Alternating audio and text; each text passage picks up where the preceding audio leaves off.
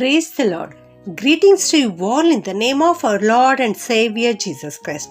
Today's Bible verse, Proverbs chapter 11, verse 25.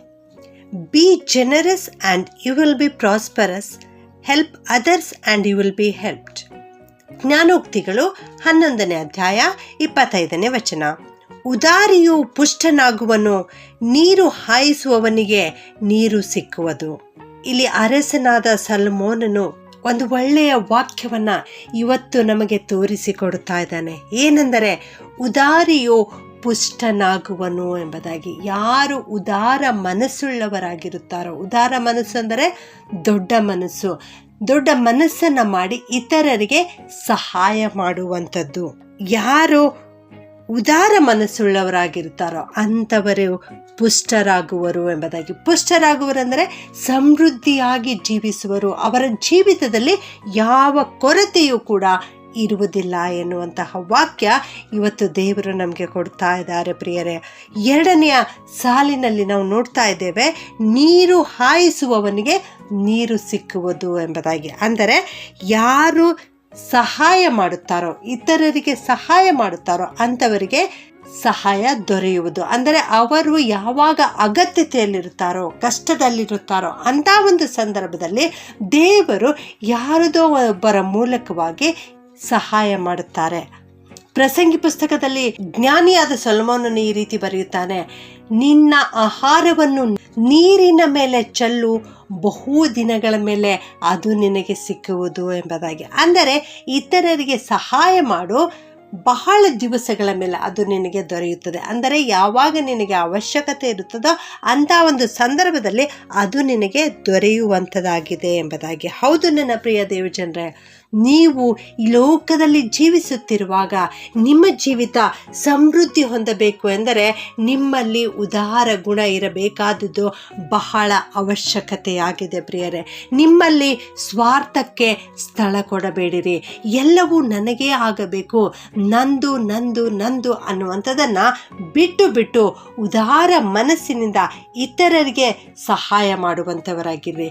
ಯಾವ ವಿಷಯದಲ್ಲಿ ಸಹಾಯ ಮಾಡಬೇಕು ಎಂಬುದಾಗಿ ನೀವು ಆಲೋಚಿಸುತ್ತಿರುವುದಾದರೆ, ನಿನ್ನಲ್ಲಿ ಹಣ ಇರುವುದಾದರೆ ಆರ್ಥಿಕ ವಿಷಯದಲ್ಲಿ ಕಷ್ಟದಲ್ಲಿರುವವರಿಗೆ, ಹಣದ ಕೊರತೆ ಇರುವವರಿಗೆ ನೀನು ಸಹಾಯ ಮಾಡು. ಅಥವಾ ಪ್ರೀತಿಯ ಮೂಲಕವಾಗಿಯೂ ಕೂಡ ನೀನು ಸಹಾಯ ಮಾಡಬಹುದು. ಇತರರಿಗೆ ಆದರಣೆಯ ಮೂಲಕವಾಗಿಯೂ ಕೂಡ ನೀನು ಸಹಾಯ ಮಾಡಬಹುದು. ಹೌದು, ಯಾವ ಜನರಿಗೆ ಏನು ಅವಶ್ಯಕತೆ ಇದೆಯೋ ಅಂಥ ಒಂದು ಸಹಾಯವನ್ನು ಮಾಡುವಂಥ ಗುಣ ನೀವು ಧರಿಸಿಕೊಳ್ಳಿರಿ ಪ್ರಿಯರೇ. ಕರ್ತನಿಗಾಗಿ ಕೊಡುವಾಗಲೂ ಕೂಡ ನೀವು ಸಂತೋಷದಿಂದ ಕೊಡಿರಿ ಎಂಬುದಾಗಿ ದೇವರ ವಾಕ್ಯ ನಮಗೆ ತಿಳಿಸಿಕೊಡುತ್ತದೆ. ಹೌದು, ಈ ಅಲ್ಪನಾದವನಿಗೆ ಏನೇನು ಮಾಡಿದಿರೋ ಅದನ್ನು ನನಗೆ ಮಾಡಿದ ಹಾಗಾಯಿತು ಎಂಬುದಾಗಿ ಯೇಸು ಸ್ವಾಮಿ ನಮಗೆ ತಿಳಿಸಿಕೊಡುತ್ತಾರೆ ಪ್ರಿಯರೇ.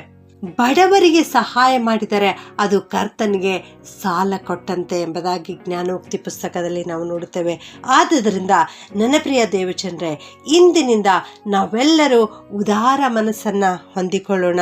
ಉದಾರತೆಯಿಂದ ಇತರರಿಗೆ ಸಹಾಯ ಮಾಡುವಾಗ ಕರ್ತನು ಖಂಡಿತವಾಗಿಯೂ ನಮಗೂ ಕೂಡ ನಮ್ಮ ಅವಶ್ಯಕತೆಯ ಸಮಯದಲ್ಲಿ ಸಹಾಯ ಮಾಡಿ ನಡೆಸುತ್ತಾರೆ. ಪ್ರಾರ್ಥನೆ ಮಾಡಿಕೊಳ್ಳೋಣ. ಪ್ರೀತಿಯ ಪರಲೋಕದ ತಂದೆಯಾದ ದೇವರೇ, ನಿಮಗೆ ಸ್ತೋತ್ರ ಉಂಟಾಗಲಿ ಕರ್ತನೆ. ನೀವು ನಮ್ಮ ಜೀವಿತದಲ್ಲಿ ಅನೇಕ ಆಶೀರ್ವಾದಗಳನ್ನು ಮಾಡಿ ಪ್ರತಿನಿತ್ಯವೂ ನಿಮ್ಮ ರೆಕ್ಕೆಯ ಮರೆಯಲ್ಲಿಟ್ಟು ಪೋಷಿಸುತ್ತಾ ಬರುತ್ತಾ ಇದ್ದೀರಿ ದೇವ. ಆದುದರಿಂದ ನಿಮ್ಮನ್ನು ಕೊಂಡಾಡುತ್ತೇವೆ ಕರ್ತನೆ. ಇಂದು ನೀವು ಕೊಟ್ಟಿರೋ ವಾಕ್ಯಕ್ಕಾಗಿ ವಂದಿಸ್ತೇನಪ್ಪ. ಉದಾರಿಯು ಪುಷ್ಟನಾಗುವನು, ನೀರು ಹಾಯಿಸುವವನಿಗೆ ನೀರು ಸಿಕ್ಕುವುದು ಎನ್ನುವಂಥ ವಾಕ್ಯ ಇವತ್ತು ನಮಗೆ ಕಲಿಸಿಕೊಟ್ಟದ್ದಕ್ಕಾಗಿ ಸ್ತೋತ್ರ ಸಲ್ಲಿಸ್ತೇನೆ ಸ್ವಾಮಿ.